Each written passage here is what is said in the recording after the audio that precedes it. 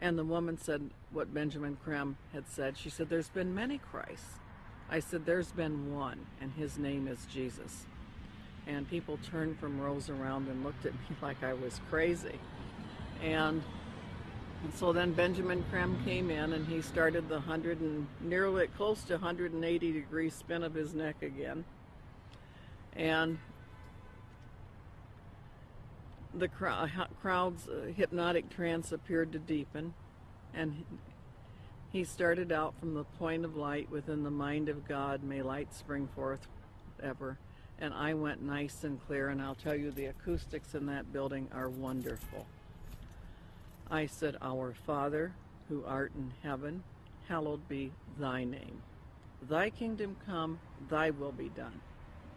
And I did that each and every stanza. And they got down to the last part, said, may light and love and power fulfill the plan on earth, and may it seal the door where evil dwells. And I said nice and loud and clear, I said, may Jesus Christ return to earth and end the evil present in this room tonight.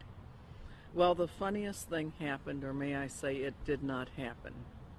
Benjamin Creme stood there. He waited, and he waited. He clearly was watching for something to come over him. And it didn't happen. And he finally said to the crowd, he said, that will be all. You are dismissed. And of course everybody was extremely disappointed.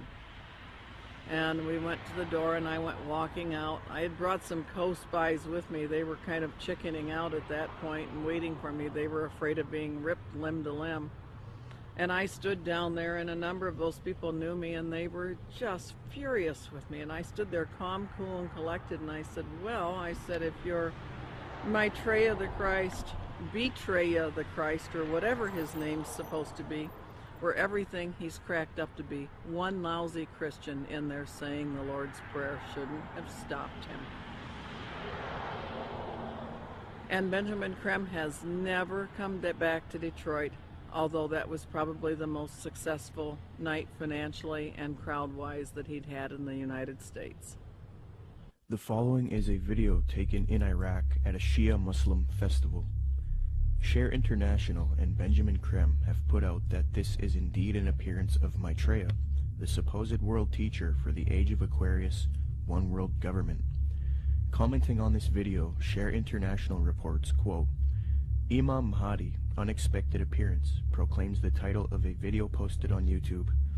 A miraculous figure of glowing brilliant white light appeared on a video filmed in Karbala, Iraq, on the night of Ashura, 6 January 2008.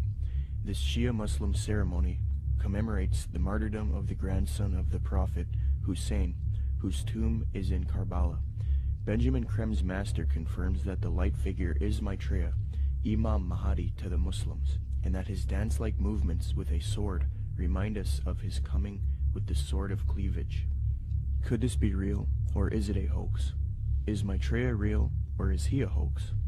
Whatever the case may be, it turns out that it is not only New Agers and occultists who believe in this Maitreya, but politicians, presidents, and elitists also follow Maitreya. Wayne Peterson, a retired American diplomat and admitted supporter of Maitreya with connections to the Pentagon and the United Nations, stated the following about Mikhail Gorbachev and the White House in a Vision magazine interview, June 20th, 2000. Reporter Kendall Klug asks, I believe Mikhail Gorbachev has publicly stated his belief of the existence of Maitreya. Do you know if this is true? Wayne Peterson answers, I have one little story I could tell you about Gorbachev.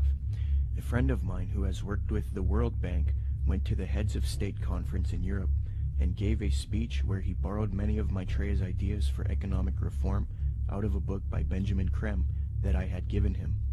He told me that he had read the book on his flight to Europe and realized that his keynote address to these world officials, especially presidents and prime ministers, it was a very high-level meeting, was going to be very boring, with many having heard similar sentiments over and over. So he thought he would throw in some of Maitreya's ideas into the speech. The country he was in had a reigning monarch who invited him to lunch the next day. When he showed up for lunch, there were 16 to 20 people there, including Mr. Gorbachev. The monarch of this country said to my friend, "I suppose you're wondering why we invited you here today. Well, we are all curious about where you got those ideas for your speech, which you presented yesterday." He said that my friend Wayne gave me a book written by Benjamin Creme about Maitreya's mission. Immediately they nodded their heads. "We thought so," was the apparent response. "That's why we invited you here. We all know of Maitreya, and we're doing what we can for him. But we are not able to say anything publicly because we are world leaders. We each have our own public to deal with." Only one person there stood up and said that they could use his name to legitimize these sightings, and that was Mikhail Gorbachev. He was the only man in the room who would say, "Use my name if you want." The reporter asks, "Do you think President Clinton has had an experience with Maitreya?" Wayne Peterson: "I don't know if President Clinton has. I believe that former President Bush has. We used to have transmission meditation groups that Maitreya had asked us to do around Washington, D.C. People who were interested in Maitreya and the reappearance story would get together once a week in Georgetown, in the home of President Bush's main counselor at the White House. President Bush came over to this house for dinner one night, and the hostess was in the dining room as President Bush asked her, 'What do you think? I'm running against Clinton in this election. Am I going to win?' She said, 'No, Mr. President, you are not. Maitreya has already said that you are going to lose to Clinton.' Bush never challenged her, but merely said, 'Yeah.' He didn't ask who Maitreya was. He was very quiet, and then said, 'I think I've got to go now.'" Benjamin Creme has said many times that he had heard from one of Maitreya's associates that Maitreya had appeared to Bush and that they had a discussion in the White House. So that incident with my meditation group seemed to confirm that Bush did in fact know of Maitreya. I do know people in the White House have been visited by Maitreya many times, and the people I'm talking I've seen on the front page of the Washington Post, standing next to the president.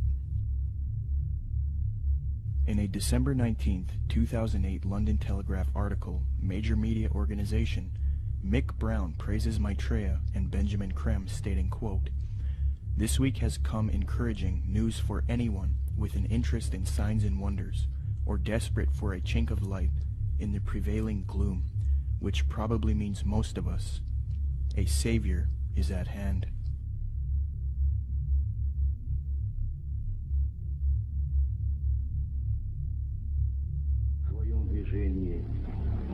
Другом направлении, к новому мировому порядку. I think even that does not describe why the world has changed so much and why the world has turned so much toward a new world order and a new kind of civilization. Maitreya is one of the main theosophy in Maitreya. The whole UN movement, the whole Lucius Trust movement, world goodwill, they're going out of their way to try to discredit it and say, well, you know, Jesus, all he really was a disciple of Maitreya. He's still a disciple of Maitreya. Maitreya is over him, and Jesus, they believe what happened is Jesus heralded in the age of Pisces. Now what we're going to be doing is now we need to herald in the age of Aquarius. This is where the New World Order comes in, and this is what Maitreya is going to bring. So we're going to de-emphasize Jesus, and we're going to move over to Maitreya. Jesus is just a disciple of Maitreya anyway, according to them.